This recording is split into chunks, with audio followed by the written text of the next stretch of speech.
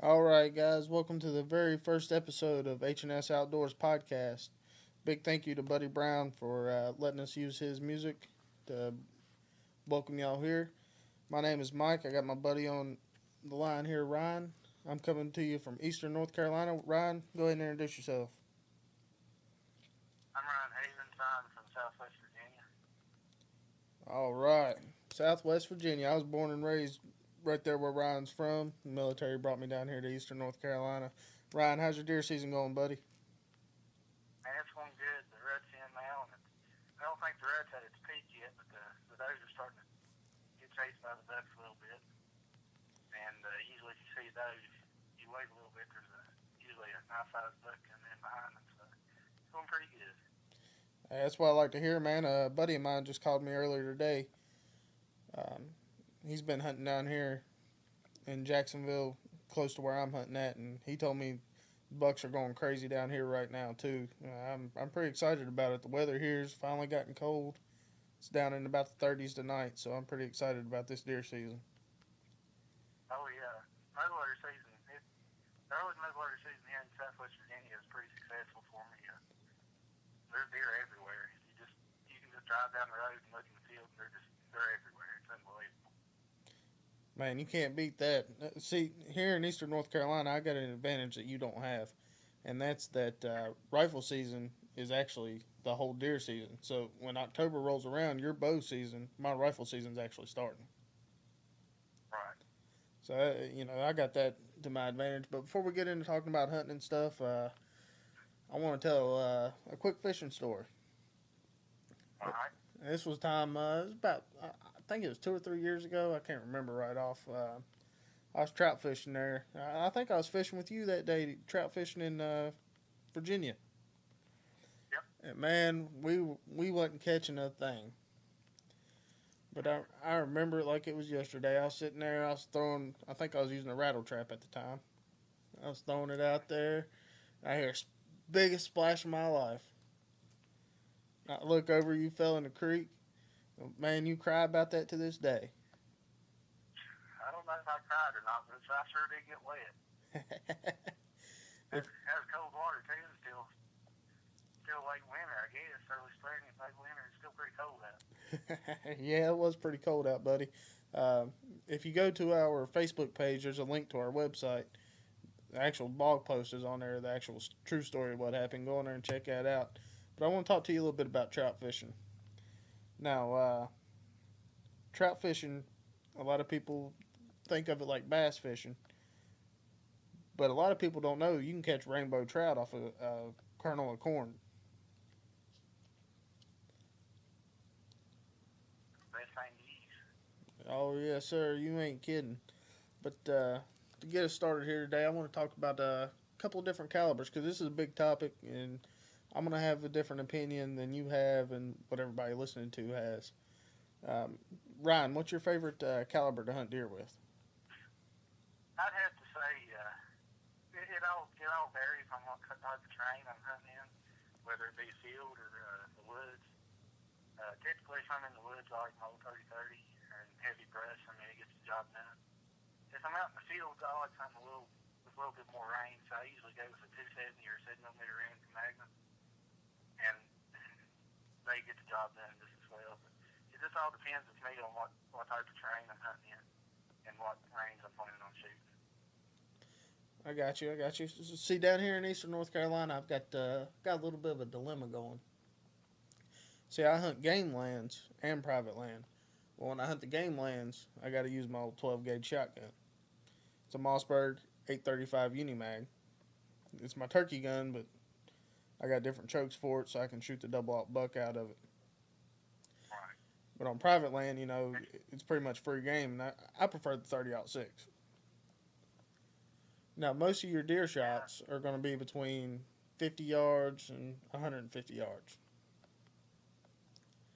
So I'm thinking, go ahead. And what I like, I'm sorry. Oh, you're good, man. What I like about the 30-06 is you got a wider range of bullet selection from what you do with most any other deer caliber.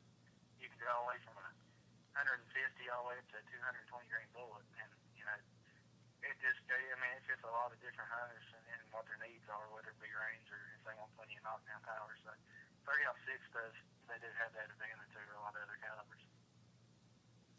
Yeah, that's true. And the 30-06, you know, it's been around for a long, long time. You know, you never have a problem finding ammo on a 30-06. Now, a 22 long rifle, that's a whole different subject for a whole different day. But I tell And you, for 30-06, the ammo is pretty affordable too. So it's another thing. oh yeah. Now, the first deer I ever killed was with a single shot New England Firearms 270. Now, what I liked about that 270, man, it had some knockdown power. That deer didn't. I didn't have to track it at all. All right. You know, it just like you said, it depends on the terrain. You know, 30-06 is a good all around caliber. But if I'm in the deep brush, like here in eastern North Carolina, if I'm not using my shotgun, I like a 30-30. You can't beat a 30-30. What do you think? I love my 30-30. I personally haven't killed a deer with it yet. That's what I'm going to rifle hunt with here in Southwest Virginia with this year. But my old man, he's killed truckloads of deer with his, and he gets the job done, it looks like. Hey, that's an idea right there. What do you think about your dad coming on the podcast? Do you think he'd be up for it? Oh, yeah. Yeah, I'm sure he would. We just have to, yeah, I'm sure he'd be fine with that. Okay, hey Junior Havens, I know you're listening to this.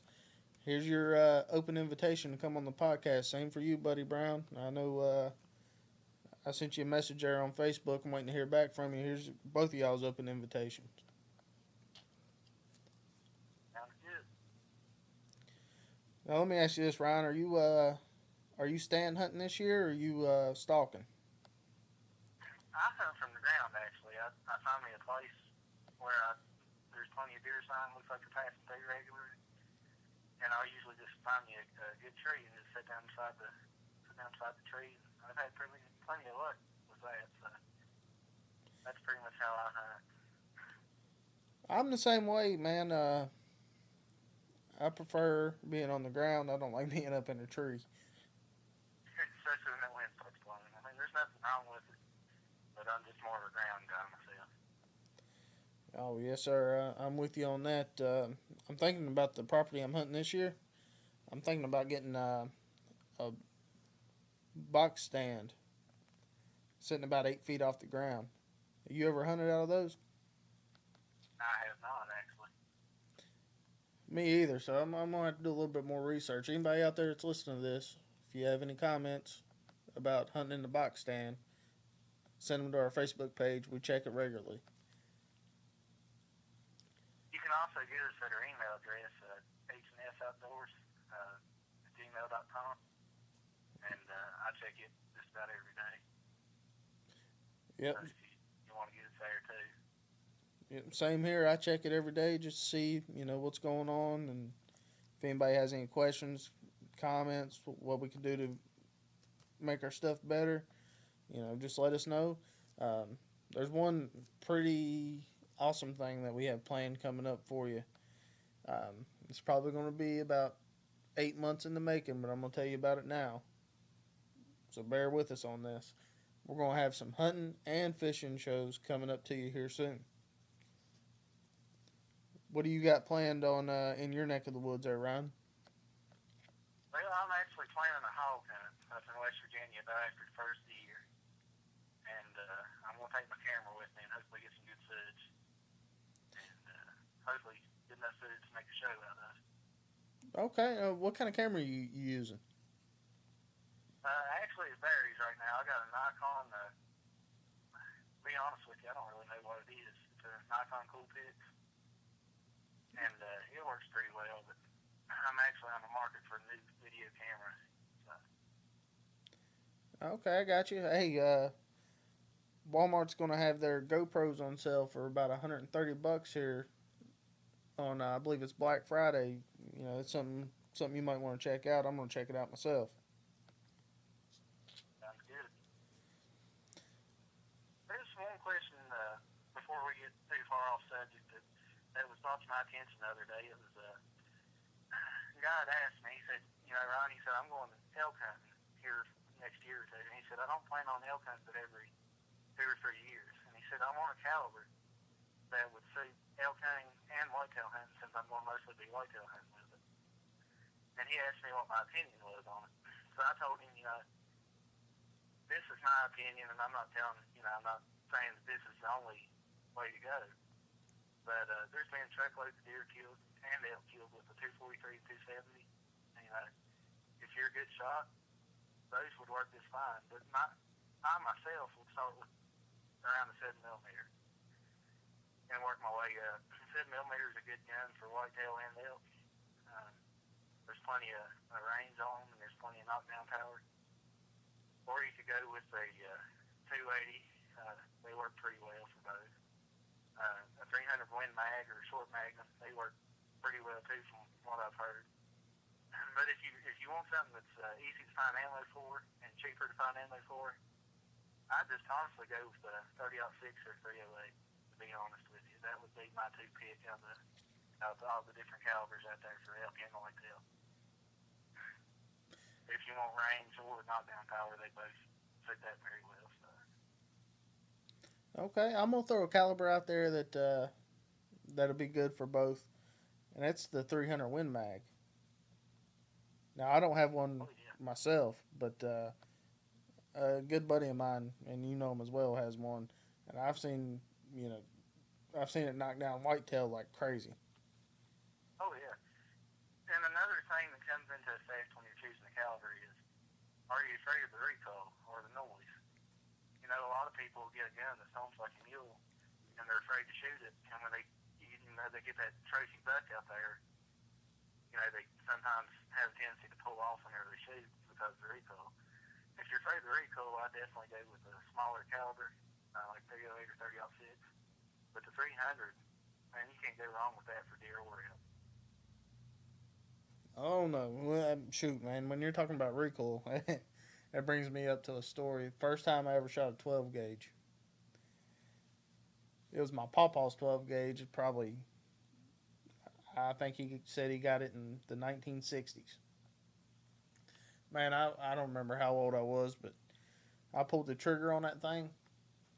The gun shot out of my hand, done a 360 in the air, fell on the ground, and fell apart. You want to talk about a bad day at the office? I'm sure. All right, we're going to take a little pause right here from a word from our sponsors. I'm just kidding. We don't have sponsors. This is word of mouth. So if you like what you're hearing, or you think you're going to like what you're hearing later on down the road, tell a friend to tell a friend to tell a friend, and check us out on our Facebook page, H&S Outdoors. Shoot us an email at hnsoutdoors@gmail.com. We also have a YouTube channel that's linked to our Facebook page as well. So, get on there and check us out. This is just a quick introduction of who we are, what we do, kind of thing. Ryan, you got any last comments or anything? Actually, there is something else I'd like to talk about real quick. Okay, go ahead.